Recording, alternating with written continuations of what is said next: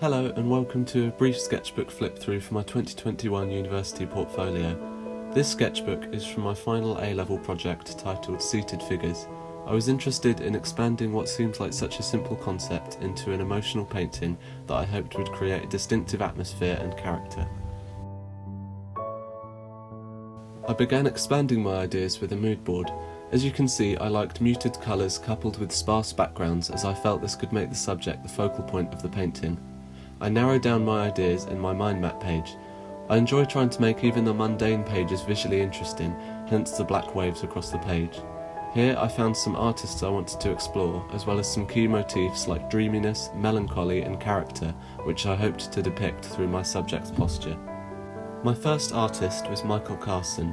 His use of muted colours pulls all of the focus towards the posture, which is often a key part of the piece in conveying character. In my copies of his work, I paid particular attention to his chiaroscuro lighting, which gave the faces a sense of mystery. I found that the lack of colour on this piece didn't work, and learned that colour was going to be an integral part of my final piece. This photography section was one of my favourite parts.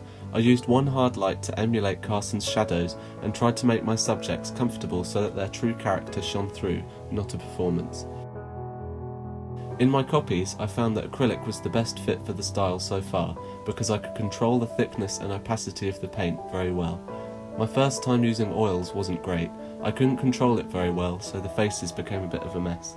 My second research page was on Jennifer Anderson's work, which I'd first found at the 2019 BP Portrait Award. I loved her delicate brushwork that made the characters seem fragile, and the negative space that consumes them, conveying a lonely atmosphere. In my copies, I enjoyed the stripy clothing which gave the painting's depth and contours.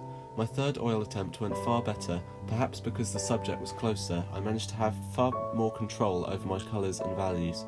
In my second photo shoot, I used Photoshop to insert a flat grey background like Anderson's work, and I asked my subject to wear a similar stripy top colour but lacked the dreamy blending that Anderson has. These oil copies were my favourite so far. I think I managed to capture their likeness well, and the colours are suitably melancholic.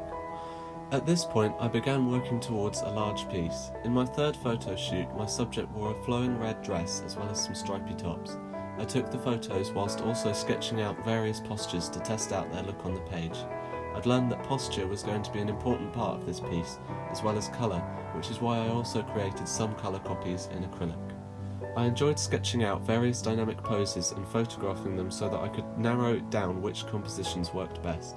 When I found that the seated figure on the chair conveyed a calmness and solitude, I also drew out the chair, as I thought its stripy pattern both fit with my project and had its own character to express in the piece.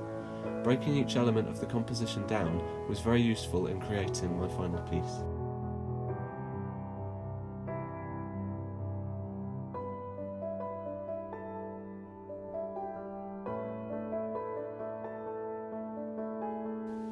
The flowing dress reminded me of John Singer Sargent's work, which I proceeded to research.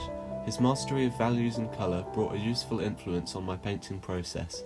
I tried to emulate his smooth brushstrokes to capture the impression of the face rather than a very detailed copy.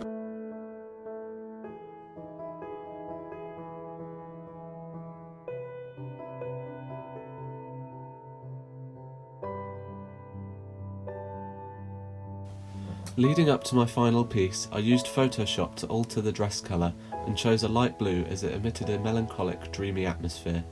Like Sargent's blending of colour, I experimented with blending the dress into the background, as if to suggest the subject is out of the room, miles away in thought and not completely present.